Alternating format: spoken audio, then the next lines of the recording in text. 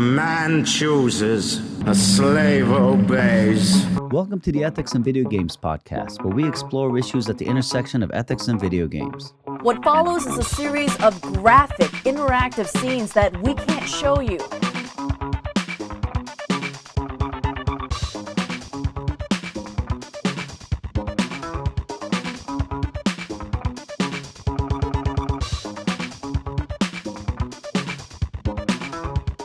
All right, hello everybody.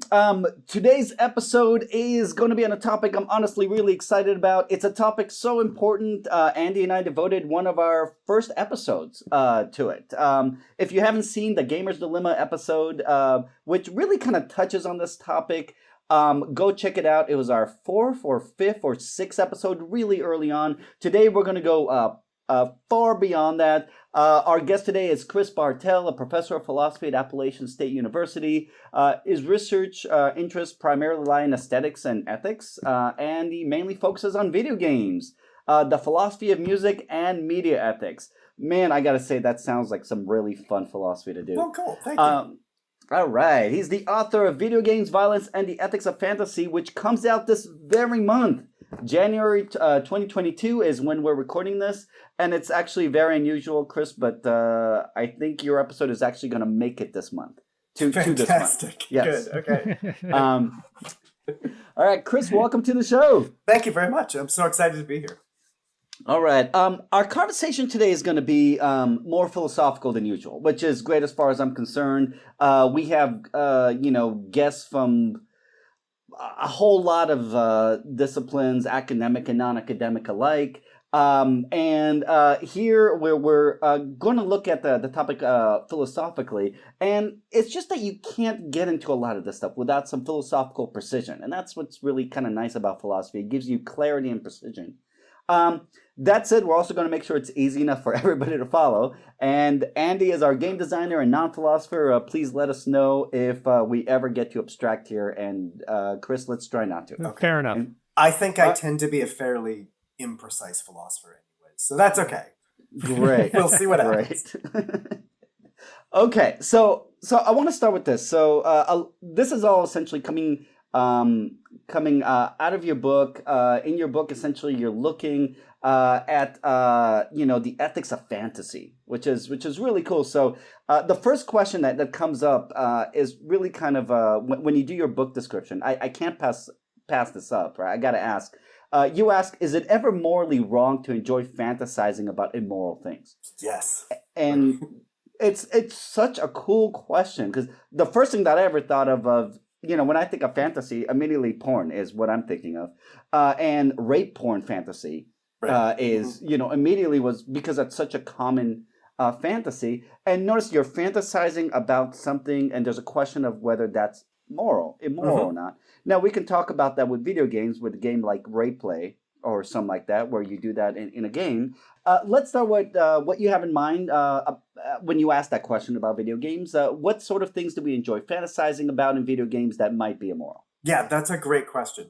I have to admit, to begin with, that the question, I love that question also. It's like whenever I describe the book, that's my leading point, is that like it's about, is it ever morally wrong to fantasize about immoral things? But I have to admit that actually it's kind of a bad question, because it's a very general question. And like one thing that I've learned in philosophy is that when I ask people general questions, I get general answers. And if I ask specific questions, I get specific answers. So the problem is that like if I ask my students generally, is it morally wrong to fantasize about immoral things? They all immediately have a knee-jerk reaction to that question. They all answer it in their heads really quickly. And it's psychologically, it's just based on the availability bias. Like they immediately think of a game that they enjoyed playing where they had to do something immoral, and they immediately think, well, I played Grand Theft Auto and I did lots of bad things in it and I had a great time. So I guess the answer to this question is there's nothing wrong. And it didn't turn them into murderers. Right, it didn't turn them into murderers, so they're fine. And often what happens is that once they've made up their mind about that first question, it's really hard to change their mind. It's really hard to get them to think about other cases. So sometimes, with my students anyways, I like to start with cases, and then we get to the general question. Or actually, a better way of asking the general question is, under what conditions is it morally wrong to fantasize about immoral things? Because okay, so that we're way, starting with the idea that sometimes it is going to be morally wrong. well, that way of Or- answering the question is it's still agnostic, right? Okay. If the question is under what conditions is it morally wrong, you could say under no conditions at all, right? You Right, could say universally it's never wrong. There's no problem. Or you could say, all right, well, maybe there are some conditions. Let's think of some cases. And my students always start with Grand Theft Auto. All right. So The let's do other GTA. I know. The other thing I always like to point out to my students is that when it comes to violence in video games, to be honest, Grand Theft Auto ain't shit. It's No, not it's that really not. violent. There's so much more dark stuff out there. Right? Oh, It's a cartoony game. Right, it's a cartoony Right. game, exactly. Yeah. Like, you already mentioned Rape Play. Like, when I mention that to my students, I see their faces melt. They're like, oh my God, I didn't realize that there were rape video games. And of course there are, right? What about, games like Custer's Revenge or Ethnic Cleansing or Jesus Strikes Back or Battle Raper or something like, these are games that really exist and they're pretty dark. I so want to know, can you just really quick, Battle Raper and Okay, Jesus so Fights Back? I'd Yeah. love to know about both of those. Okay, so Battle Raper it's an old game now. It's 20 years old. It came out in 2002. It's about the same time as Rape Play. And if I'm not mistaken, I think it might even be the same publisher. It's it's a Japanese game. It's in the Japanese genre of erotic video games, so it's eroge. It's a hand-to-hand combat game where it's kind of like, in the style of Mortal Kombat, but when you hit female characters, their clothes fall off, and when you finally beat them, you have the option to rape them. Which, that's kind of dark. It's a little creepy. Right? Yeah, I need it's a a lot note of dark. that game. It's a lot dark. It's a lot dark. Yeah, exactly. The other game that I mentioned was Jesus Strikes Back, which is a newish game that came out in 2018. It's an alt-right video game. It's a game that kind of plays. I haven't played it myself. I've seen playthroughs. I don't want to play it. It's a game that kind of plays like Saints Row. You're running around in the city and you're just, it's mayhem. You're just shooting people.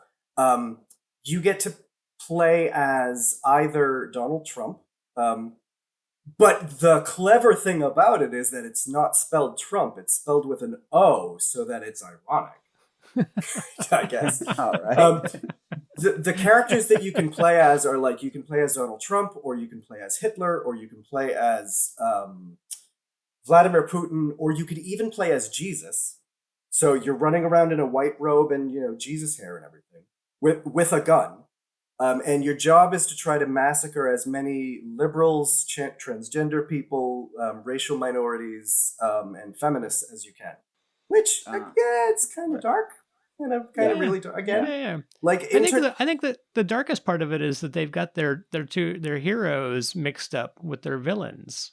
right? The fact that you can play as Jesus and massacre people is mind blowing. Like, so the game is basically the alt-right's fantasy of the Boogaloo in video game form. Okay. Sadly. There you go. Okay, so let's talk. So we already got a couple of pretty outstanding cases of games that go pretty far from GTA. So when we're talking about examples of potentially immoral action in games, right? Obviously, playing these particular games, right? Playing as Donald Trump, massacring these people, or playing as a battle rapist, right?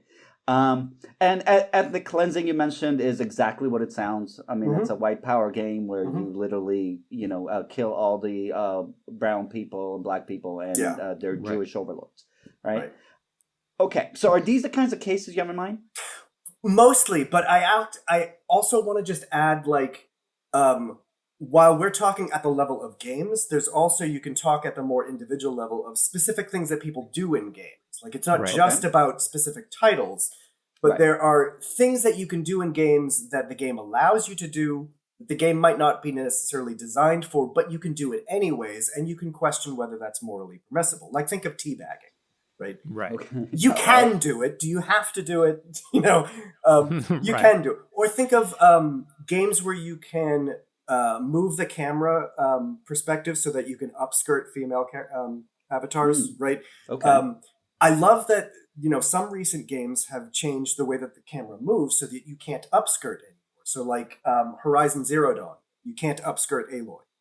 Okay. The reboot versions of Tomb Raider, you can't upskirt Lara Croft anymore. Right. So And notice, right? They're doing this with the assumption that maybe there is something wrong with you doing that. yeah. Even though, right, it's a game, and even though you're Yeah. not really looking up anybody's skirt, Well, Yeah. right? I'll add, they're also doing it so that the internet isn't flooded with images of their game Yeah. showing an upskirt. So it's a PR issue as well. Right. I'm sure that it probably is a PR. I mean, I'm impressed that somebody spent money to solve this problem. Like, that's fantastic. Right. But I realize that it probably is, cynically just a PR thing. But notice, right? It's I want to kind of just make sure that the audience does see that this is obviously an issue itself, right? The reason they would do it for PR is because at least some people seem to think that there is something wrong here, right? That's Yeah, right. that's That true. if you're Yeah. playing the game this way, you're doing it wrong. Oh, you're doing something immoral, and the game company wants to either agree or just kind of, paying lip service to that by saying, okay, so we will protect now, whatever the reason would be, right? Though it's interesting, right? I mean, what could possibly be wrong with something like this? Yeah, After yeah. all, I mean, it's not, this is not real in any way. You're not looking up anybody's skirt. Yeah. Mm. Here's the broad perspective of the book. The basic point that I'm trying to argue in the book is that it is wrong, and the wrongness is because it's an expression of the player's values. Because the player who wants to upskirt Aloy in Horizon Zero Dawn is expressing something about how to treat women, is expressing something about the worth of other human beings. And Right. it's a bad thing that they're expressing. So the wrongness comes from possessing the wrong kind of values or possessing the wrong kind of moral character. So that's like the broad answer. So let's build up to that. Okay, cool. Yes. All right. Let's do it. All right. So, it's interesting, right? Because in all of these kind of cases, right? For many people, the first response, right, is that none of this is really real, right? And and that seems to be a really kind of important thing. Of course, this is by definition what fantasy is, right? Yeah. I mean, right. And the unreality is supposed to essentially connect to nothing can be wrong if you're right. Classically, right, if you're not harming anybody or if you're not wronging anybody. Here in a game like this, I like the upskirt example, right? Mhm. Literally, you're not doing it to another person, so what could be wrong about that? Mhm. So I want to kind of bring that to the second question I had for you, which is so to say that we're doing something immoral when we're playing a video game is to kind of say that we're responsible for what we're doing in that video game. Right? I mean, if I steal a car in real life, you say it's wrong because I'm responsible for doing something wrong, right? Mhm. So you can blame You've me harmed for it. somebody else. You've taken something from someone else, so you've harmed someone else, and so it's wrong, right? Yeah. Right. Though notice it might not be even that I harmed anybody, right? It might be that, this might be wrong even if the person never knows that I stole their car. I stole their car, brought it back the next night. I still violated their right to their property, right? Mhm. Yeah. I didn't harm them in any way, but you can still blame me for it, Mhm. right? So we consider like excuses valid when you're not responsible, right? And it kind of struck me, right? If you thought that this car was really yours and you accidentally took the wrong car, then we wouldn't hold you responsible because you didn't know, right? If someone forced you at gunpoint to steal my car, right, we wouldn't hold you responsible because you weren't acting freely. That's Right. that's real life. Now, what happens if you steal a car in GTA, Yeah. right? Mhm. Do any of these Right. things The game kind of that's apply? called Grand Theft Auto. Right. Right. Yeah. Exactly. I mean, like, kind of the clue is in the title, right?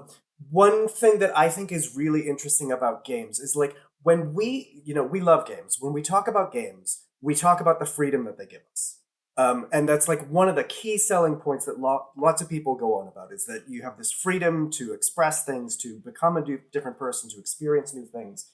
But actually, games are not nearly as free as we pretend that they are. Like, they're actually very, very deterministic worlds where certain things have to happen for the story to play out.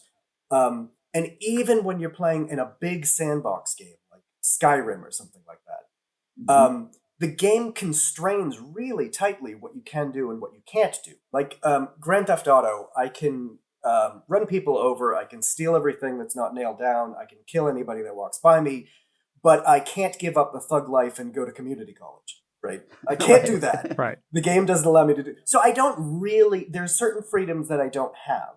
I can only do things like kill, steal, because that's what is coded into the game. That's Right. my main way of interacting with the game world is kill or steal.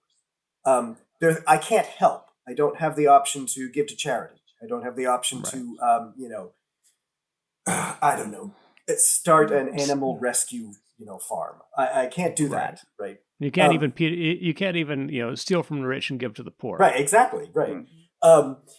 So in Grand Theft Auto, think about how there are lots of missions in the game that you're coerced into doing something bad. You're coerced into violence, right? In some missions, you have to steal the car just to get the mission to start. Right? You can't even progress in the game without stealing a car. Even more generally, it's really difficult to get around in the city without stealing cars. Right? If you walked the whole time, you'd be there for days. It'd be ridiculous. So funnily enough, the first time I played Grand Theft Auto, I didn't know that I didn't know like how serious the police would be if I ran over pedestrians. So for the first 10 minutes, I followed all the traffic laws and I stopped at all the red lights until I know it took me about 10 minutes to realize, I can just run people over and just go for it.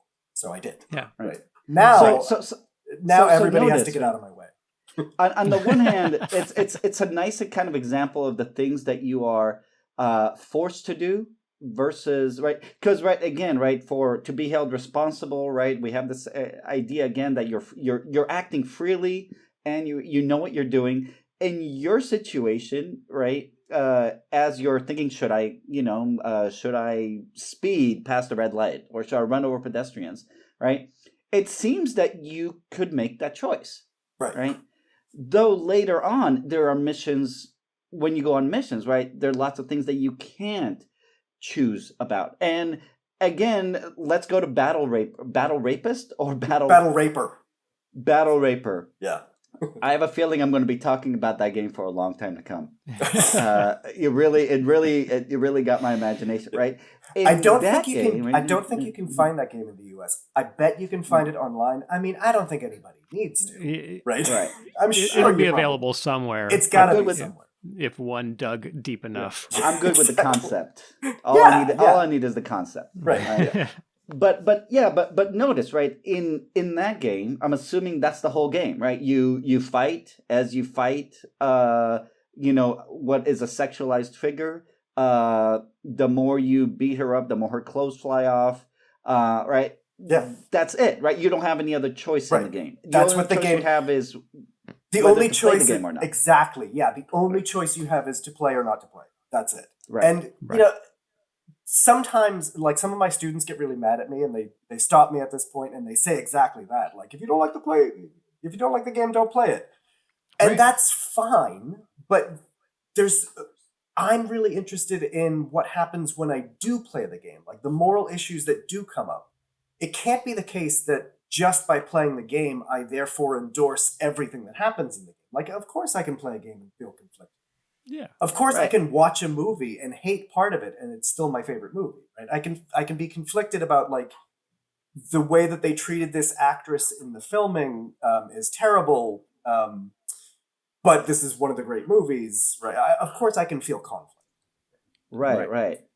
In the case of going back to the Grand Theft Auto case. Sure. So Grand Theft Auto 4, there's a mission where you have to join the Irish mafia and rob a bank.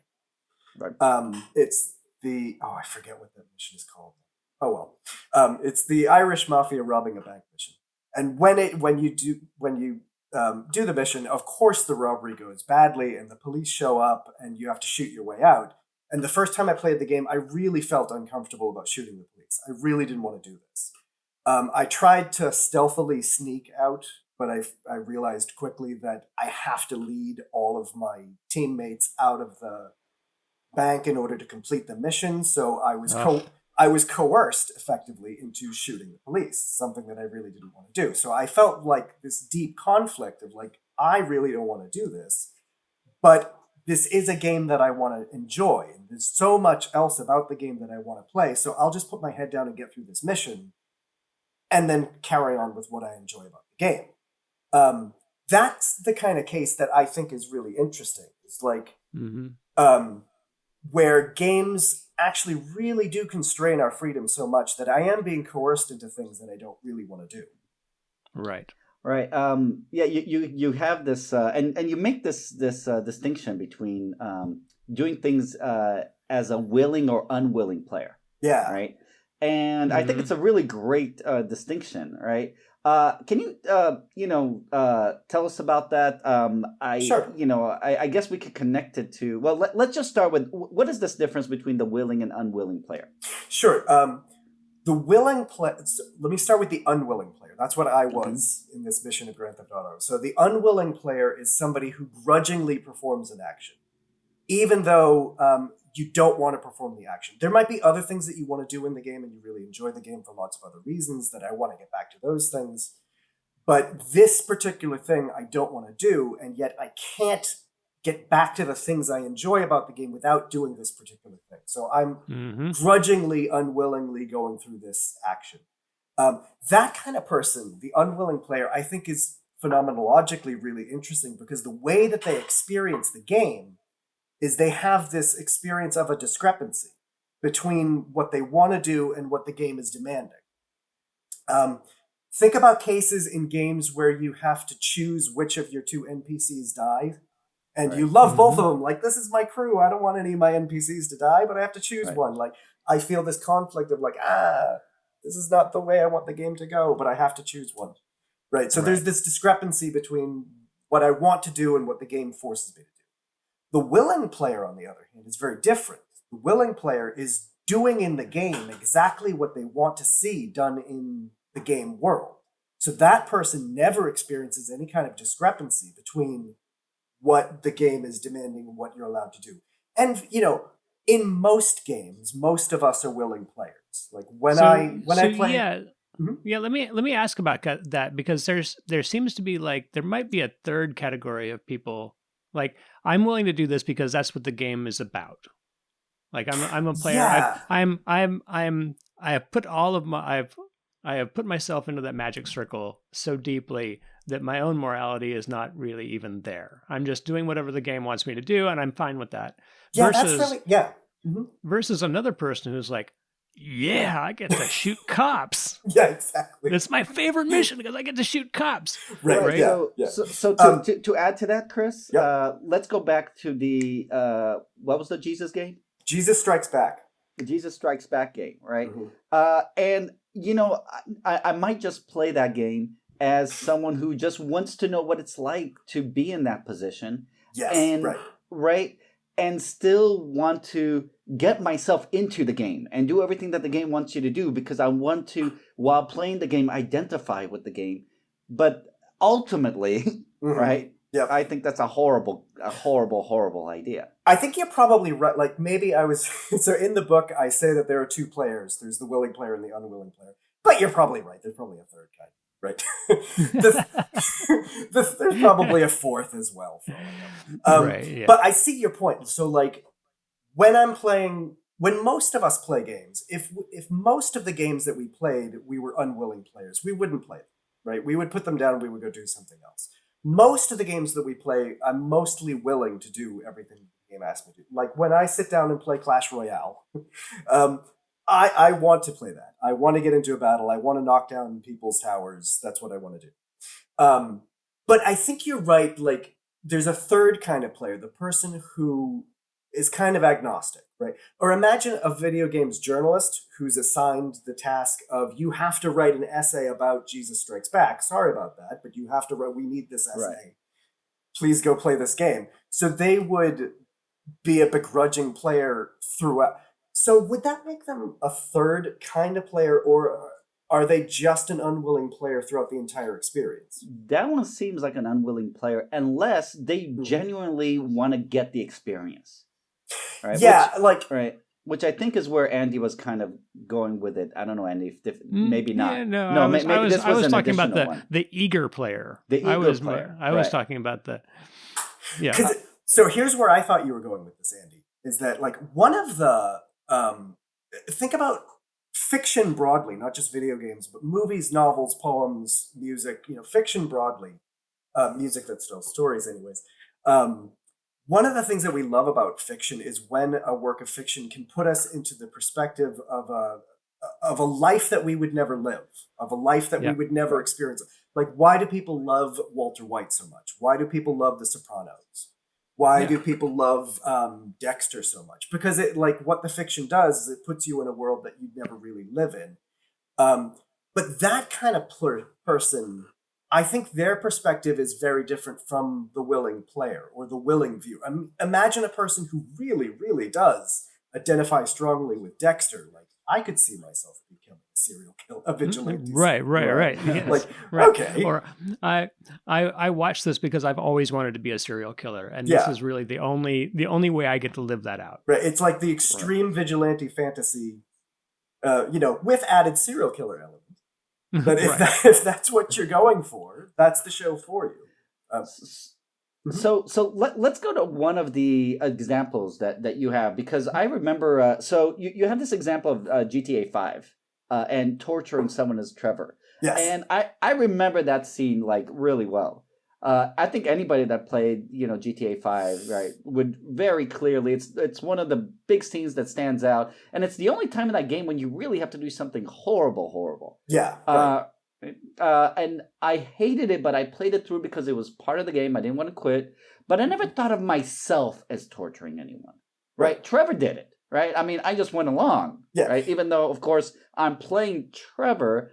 Right? It's the character that is doing. Does that mean that I never tortured that person? If I never tortured that person, I never did anything wrong. Or let's say, on the other hand, I found that scene fun, right? I thought torturing was really fun. Mm-hmm. Does that mean that it wasn't Trevor that tortured them, but it was me? Right. So I got good news for you. You are not guilty of this. You did not torture Trevor. Yeah. Yes. And also Trevor is not real. Yeah, and he's not. Yes. Right, exactly. But imagine a player who loves that scene so much that they go back to an earlier save point to replay it over and over repeatedly again. That person creeps me out. And what I want is a theory that can explain why that person creeps me out. What's creepy about it? There does seem to be something genuinely morally weird going on here about the person who wants to replay that scene. Great. So let's pause here and kind of expand this and kind of go back to the original question, right? Because lots of people would think that there is something wrong with someone who would want to play any of these games. Right now, notice now the question is there something wrong with that person, or are they doing something wrong when they're playing these games? Right. Yeah. And for a lot of us, right, playing a game like Battle Royale, Battle Raper, right? Right. The actual rape part of the game seems like that's the wrong thing to do, as opposed to who is the kind of person that would play a game like this, and what is wrong with them psychologically? Yeah, exactly. So, think of it as you play the game that you want to play. You play the game that you want, right? So the question ultimately becomes kind of, what is it about that you want to do it? So in the case of Battle Raper, the issue is that why is that the thing that you want to do in the game? And then we can evaluate that, morally speaking. Is this the kind of thing that you ought to want? Are these the kind of values that people generally should aim for? To add to this part of the conversation, there's things that I want to do fictionally versus things that I want to do really. Right. So what is that distinction though? Because so there's a lot of people in philosophy of art, in aesthetics, who are really intrigued by exactly that distinction. There's what I want in the fiction, and then there's what I want in reality. And sometimes I'm not exactly sure what exactly is the defining line between these things. So I want Walter White to do really well in Breaking Bad because I enjoy the tension of the fiction, because I enjoy the tension that the story provides. But do I really want him? So spoiler alert. Do I really want him to kill Jane? Do I really want him to kill her? That seems like an extra wanting. I don't know how else to put it. Right. Yes. Would you have an example of what you want in fiction but you don't want in real life? Oh, plenty, because Okay. I play lots and lots of role-playing games. Okay. Yeah. So, I'll play Grand Theft Auto and I'll run over pedestrians and or even better, let's say something that's not quite so bloody, but still something I would never want to do in real life. I'm going to mind block the name of the game. It was a racing game. Oh, Burnout 3. Burnout 3 had this mode where you could race your car into a busy intersection, and then as soon as the first contact of the crash began, it would go into slow motion, and you would basically play out the crash in slow motion, and and the points you got was based on the property damage that you were doing. And so right. Yes. Basically, racing into a busy intersection to create the biggest accident you could possibly create. Right. Yeah. Okay. Super fun. Yeah. Super fun. That actually reminds me of one of my favorite things in Grand Theft Auto 4. So in Liberty City, there's this one really wide road that goes up a hill, and at the top of the hill is a park with a fountain that goes around the middle. I love getting on a motorcycle and going up that hill as fast as I can and trying to jump over the water fountain, because you always end up landing in a crowd of people behind the water fountain. It's chaos. So yeah, I mean, there are things that you want to do in fiction that you wouldn't want to do in real life. And I think that goes back to the point we were talking about earlier, that one of the values of fiction is that it allows us to see the world from another's perspective. Right? It allows us to take on perspectives that we would never experience in real life because we recognize that they're bad perspectives. And I think that's the key here that's really important, is that because we recognize that they're bad perspectives, because we recognize that, of course, I don't want to jump a motorcycle into a crowd of people. That would be a terrible thing to do. In a way, it's a funny kind of unwilling player, right? I'm doing something that I don't want in real life. But you might be doing it gleefully. Might be doing it gleefully. So there's another theorist who, his name's Gary Young, who has this really interesting point that he makes about how one of the things that we value in video games, and one of the things that we get from video games, is just the pleasure of taboo breaking. Right. And I totally agree with that. There is genuinely a gleeful, funny pleasure in breaking taboos, particularly when we think that they're taboos. I would say, I would add to Gary's point, particularly when we think that they're taboos that are not valuable. Yeah, absolutely. Even things that we might think are valuable, I think that was the primary kind of fun that you get out of games like Cards Against Humanity. Yeah, right.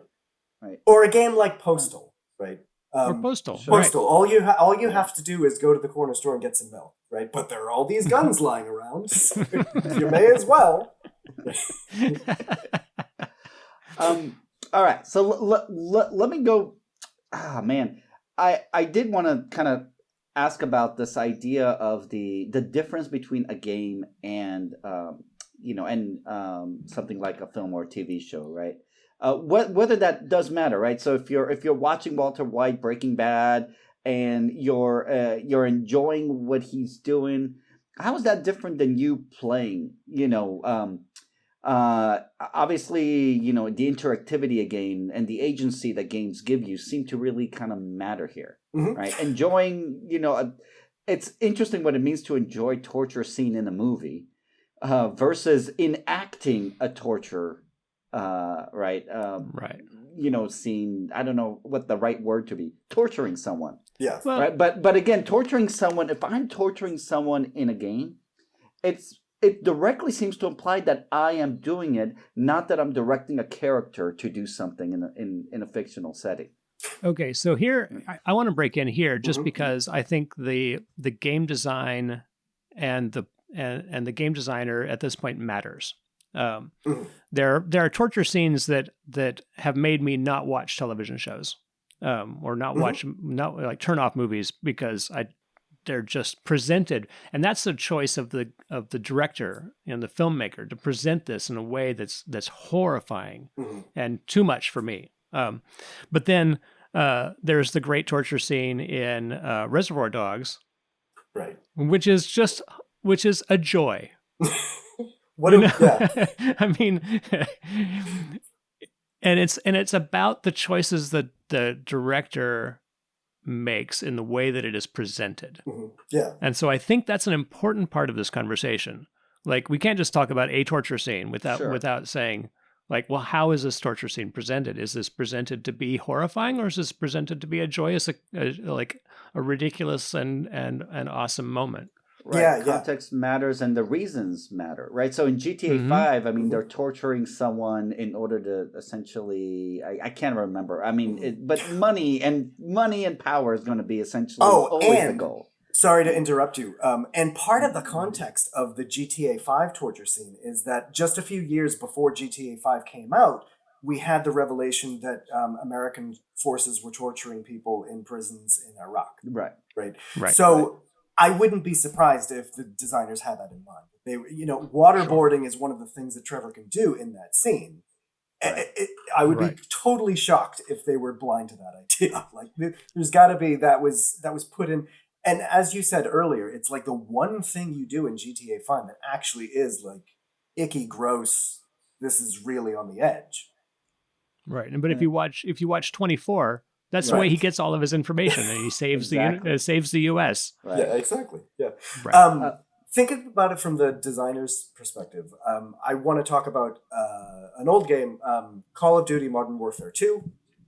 I'm sure you know where I'm going with this, right? Sure. In the opening sequence, you have the airport massacre scene. And I've always, and like a lot of Call of Duty players, when that game came out, had a really hard time grappling with that whole scene. Like, they have to join a terrorist organization, or they have to infiltrate a terrorist organization and go along with this massacre of civilians in an airport. And I think what's kind of interesting about that particular case in that context is Call of Duty is a game that has like such a rah-rah military, ideology to it that players who love that game really kind of get sucked into this idea that nothing bad ever happens in the military, that it's always heroic, brave, great stuff. So Modern Warfare 2 comes out, and they actually, the designers make this choice to put in a sequence in the game that makes the player really think about, like, sometimes in war, really bad choices are made. Is this the kind of heroism that you're really thinking about? And for that reason, I kind of think that the opening sequence is a really powerful sequence that should be in that game. Now imagine a player who ignores all of that context, and all they do is they keep restarting the game just to play that scene over and over again because they love fantasizing about the idea of massacring civilians. That freaks me out, right? That's somebody who's totally ignoring all of the context. There isn't anything of aesthetic relevance here. It really is just a shooter fantasy. Okay, Chris. So let's pause here. Great point. Right? You keep saying that freaks me out, right? And I do. One of the things I sometimes have to remind my students is that, right, disgust is not the same as immorality. Yeah. Right? To say that something is creepy, right, whatever exactly that means, right, it's not to say that it's wrong. That might freak you out, but that might not be your bag, right? You Exactly. just might be into something else, right? Right. Maybe I'm super sensitive. I don't know. So I mean, ultimately, it seems right. You seem to argue that it's morally wrong for players to enact violent fantasies in games if they're doing so willingly, right? If they really want to do this, but not if they're doing so unwillingly. Is that right? First of all, Yeah, that's right. Yep. okay. So why, right? Because it can't be just it's kind of creepy, right? It's still a Yes. fantasy, right? We're still not hurting anybody. What would why would participating in it actually willingly, right? The Yeah. person that would play that scene or that would willingly play battle royale or ethnic cleansing or rape play, what would that make that if they're doing it willingly immoral? I think that you're exactly right. So for one, let me start by saying yes, I do keep saying that it creeps me out. Because it's far easier to say that than to say it is immoral. Like I need to give you a moral story of like why it is immoral. So what you're asking me for now is the moral story. Okay, so Give it to me. for what it's worth, here it is. I think the point is that there are some things that we desire that we shouldn't desire. It's possible to possess immoral beliefs. It's possible to possess immoral desires. If I were to try to define what those are, I would probably say that an immoral belief is a belief that if you were to act upon it, it would have an immoral outcome. It would harm people. It would cause some kind of harm and suffering. An immoral desire is a desire that if you were to act on it, it would cause suffering. So there are such things. Lots of people have them. I'm sure we all do.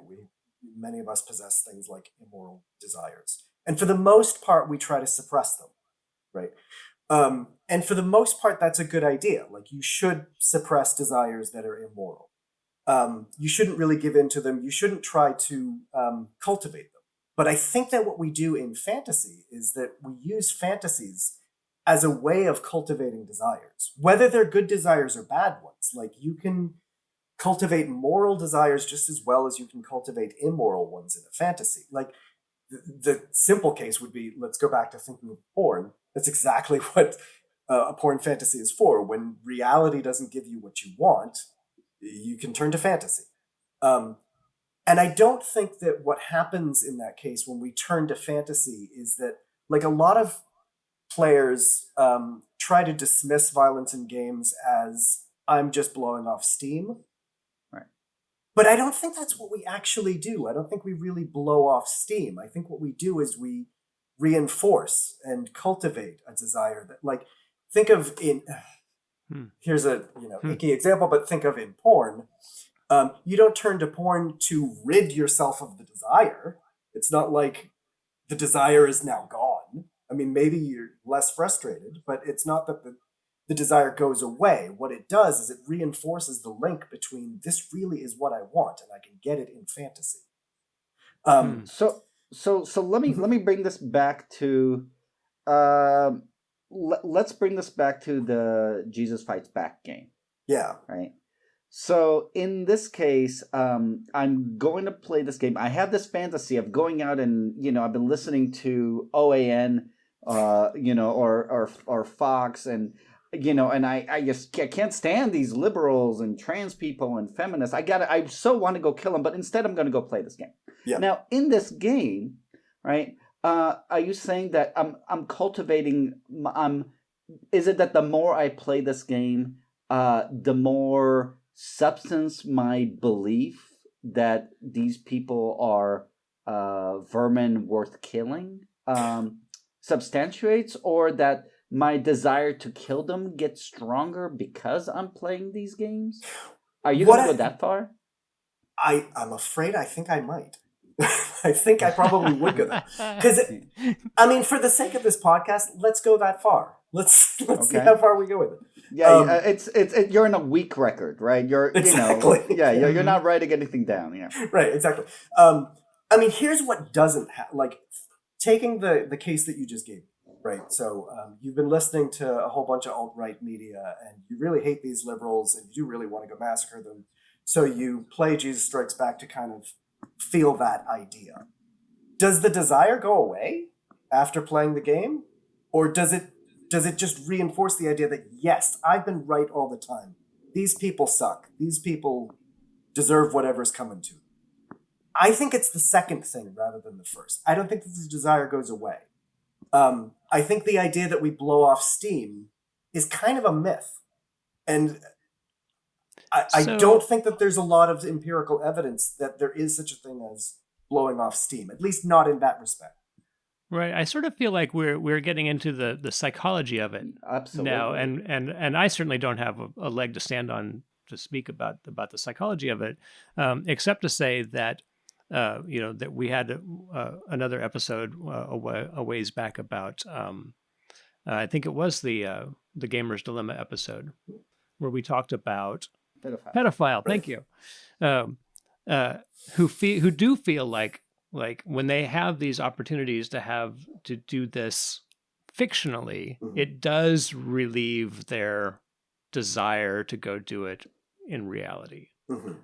Though it's interesting because I think that might also be a special case in at least some sense, because there's a non-virtual outcome that comes from that, through the fantasy. Though, going back to that, I mean, Chris, notice at this point, you seem to be very much making a psychological claim. A psychological claim that seems to go against that seems to apply to violence just as well, right? I mean, you're saying that all these people, so if I'm playing Call of Duty and I'm enjoying the violence, I'm there because I am enjoying. Now, notice, right? I have the desire. Now, it's interesting what that desire is, right? Do I have desire to show skill of doing headshots, or do I have the desire to shoot people, but not real people? These are game people. And we seem to have plenty of psychological evidence that shows that that desire to shoot the game people doesn't translate into desire to shoot the real people. Yes. How does that translate into the Jesus Fights Back game, where I have the desire to shoot them, to beat these people up in the game? That doesn't seem to translate necessarily to I have the desire to do it in the real world. Yeah. Okay. So great. By the way, let me just back up for 1 second and mention the point that you raised about the pedophiles. So if they get their aggressions out in a fantasy setting, somehow that's better. Wouldn't it be better if they didn't have the desire at all? Right? It would, I think, be better if they just didn't have the desire in the first place. But we don't have any control over that. No, we don't. Right. There is some psychological evidence that, there is sex aversion therapy, to rehabilitate somebody from pedophilic desires, is that they have to retrain themselves to only become aroused at non-pedophilic porn, things like that, which sounds exactly like that's kind of the point that I'm making, is that it's through fiction, through fantasy, that we cultivate a certain thing that we desire. If that kind of therapy actually works, that's exactly how it works. So you're sort of making the Silence of the Lambs point. Oh, what do you mean? We I hope I am, because that sounds awesome.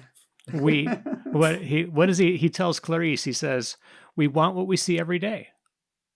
Yeah, I think that's right. I mean, and I think that's one of the things about when we talk about fantasy, one thing that we haven't said here is when I talk about fantasy, think about how there are lots of different kind of fantasies that pop in your head all day long, right? Tiny little momentary things where, a passing thought, just pops into your head, and you kind of look at that and you think, I don't know where that came from. And then you dismiss it. Those kind of fantasies are really different from the fantasies that we reinforce over and over again, that I return to, I think about often. This is a fantasy that stuck with me for years and years. And I keep coming back to this idea, and it becomes part of my identity. It becomes part of my psychological landscape in my own head. Right? It's a fixed feature of who I am. Right. So yeah, I guess that is the Silence of the Lambs. I like that. But now, so I'm sorry, Shlomo, I wanted to answer your question about, you're absolutely right. Games don't lead to violence in the straightforward cause and effect, scenario. You're not going to take a happy-go-lucky kid who lives in a loving household and has everything he needs, and the kid plays Grand Theft Auto for an hour and now he's a serial killer, or now he's a drug dealer. Like that we have loads of evidence that shows that doesn't happen. But I'm suggesting that another kind of thing happens. What I'm suggesting is that there are cases where a person already has violent tendencies, or they already have violent ideologies. And what they do is they seek out games that reinforce those ideologies, because that's the world that they want to really see.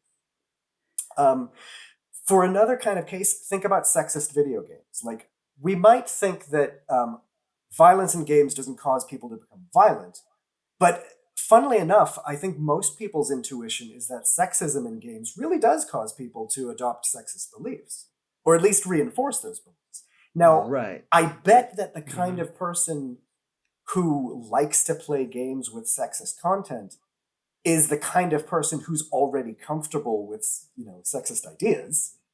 And I also bet that seeing those beliefs reflected in media is exciting.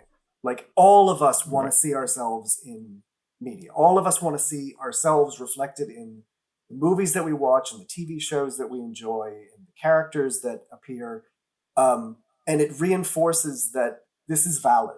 This is real, that I can really like this. That's really the kind of person that I am and I want to be. So again, we're only talking about the willing player, right? The player who willingly, we're going, the player that is like, I want to play Battle Rapist. Right. And then there's I really want to do that. Yeah. And it reinforces. So notice you talked about immoral desires and immoral belief, but it seems to be kind of both of them in a case like that, right?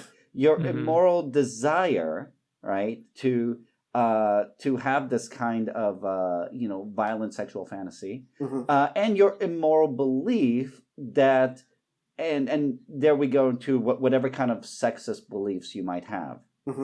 That might support, your desire. Right. Was it be easier to say that it reinforces the belief system, which then allows you to have the fantasies? That's great. I mean, I'm a terrible philosopher of mind. Do desires always involve beliefs? I'm not sure. Like, I know that people in philosophy of mind debate that kind of thing. I have no idea where the debate stands right now. I don't know. I think I could go kind of either way on this. I'm not sure what's at stake, so I would love to see like what is at stake if I go with one explanation rather than the other. I couldn't say. The honest answer is I don't know. So let's agree what you're saying, right? If I have it right, it means that some games are can be used by some willing people to cultivate an immoral desire, and this, even if they don't act on it, makes them morally worse characters. Now, that's something we haven't really talked about yet, right? The idea here, if I have it right, so this is a virtue ethics kind of approach, right? Is that there's not, because at the end of the day, you're saying that it's not that we did anything wrong. Even the willing character that's going to go on a massacre in the game and is going to be super happy about that. Even they're not doing anything wrong. What they are doing is they are cultivating a sort of character for themselves. Right. They're not doing wrong actions. Their actions are not. And I think that's the key thing about the whole video game ethics debate is that most of our moral systems, most of our Western moral systems tend to fixate really a lot of attention on the value of actions. Virtue ethics doesn't. There's nothing wrong with the action of doing something bad in a game, but it's the motivation that is the thing that is morally questionable. Like, think about, imagine I burn a photograph of my grandfather. There's nothing morally wrong about burning pieces of paper, right? That's just an action. But then you could get into the motivation, the question of why did you burn the photograph of your grandfather? If it's some, reason that's totally, harmless, like I've got a whole bunch of old photos in my house and I'm just cleaning up and I need to get rid of them and I dramatically burned them all, that's one explanation. But if the explanation is that like I have some vindictive hatred of my grandfather, then we could get into a moral conversation about whether that motivation is the right one, whether like maybe my vindictive hate of my grandfather is not fair. think about when we burn political effigies, right? I think the same thing is happening. Like, there's nothing wrong with burning paper mache. But the question is, what is the motivation for why you're doing it? So, Chris, so is it, so I might have misunderstood. So is what's wrong here that some things are wrong because they come from wrong intent? Or is the wrong here that you're just making yourself a worse person? Okay, yeah, I expressed that badly. I see why. The wrong isn't the action. The wrong is the expression of the moral character. And my worry is that when we express bad moral character, we end up reinforcing it and we become even worse moral. Think about in Red Dead Redemption 2 online, whole bunch of players go to this one city in the game in order to beat up the suffragette. So there's a suffragette at the side of the road and she's like campaigning for suffrage and loads of people beat her up and post videos. What they're doing isn't the action itself. There's nothing wrong with playing a game. There's nothing wrong with manipulating pixels on a screen. But there is something wrong with expressing that value, that suffragettes are people that should be laughed at, that there's something wrong with this, that it's a worthy target for harassment. But the way you have it is, what is wrong is you're making yourself a worse person. Yes. But I want to kind of go back to especially it's interesting because if it's Red Dead Redemption Online, right? It's also online, and other people are seeing you doing it. Right. There's like a performative aspect to it. Yeah. Right. And that seems makes to be different. And that makes it, I think that makes it very different, because then what you're saying is, hey, this is a good thing to do. And you're talking to other people, and you're talking to other people who might actually do it. You would never do it. Right. But So somebody else might. Let me give you another case, and this might be somewhat apocryphal. I've heard some people question the truth of this case, but so Anders Breivik is the mass murderer in Norway who killed 78 people. He claimed in his court trial, that he played the airport massacre scene in Call of Duty Modern Warfare 2. He played that on a loop as a way of kind of psyching himself up for the attack. That's the thing that's the case that I have in mind, right? That's the kind of case that I'm trying to solve. It's like, if for the average, player of Call of Duty, if the motivation that drives you through that game is you like the feeling of being a hero, I think you're okay. If you're Anders Breivik and you're actually trying to psych yourself up because you really do fantasize about mass killings, what you're doing is you're reinforcing a belief or a value or an attitude or a desire that is a harmful one that you shouldn't have, even if you never act on it, right? Desires that we don't act on are desires that they frustrate us. They make us unhappy. They make us miserable people, and that's not the way to Aristotelian eudaimonia. Yeah, that's not the kind of person you want to be, right? Right, it's exactly. Not to give you a good life. Yeah. Let's wrap this up by asking about implications. Right? Okay, what cool. implications do you think this would have for the games that we choose to play, if any? That's a or great design. Yeah, that's a great question. Yeah. I wish I had more interesting things to say to game designers, but so the implication here, I think, is that when we choose games, I don't want to tell people, I don't want to censor anything. I don't want to tell people what kind of person they ought to be. I don't want to tell people what they should value. I don't want to make people feel guilty for what they do in games. What I would love for players to do is to be a bit more conscious and really think more about the reasons why you're attracted to the games that you're attracted to, because that should tell you something deep about yourself. You should learn something about yourself, right? You should discover something about yourself by figuring out, why am I attracted to these games and not something else? Like I said, I don't think I think the censorship laws we have are probably all right, I guess. I haven't thought that deeply about them, but I wouldn't want to add censorship I don't think that what we need is to use the power of the state to enforce the right kind of moral code. I never want to get into that kind of thing. To game designers, I think the implication is, I would just suggest that game designers think about, do you really want to give players the opportunity to do that?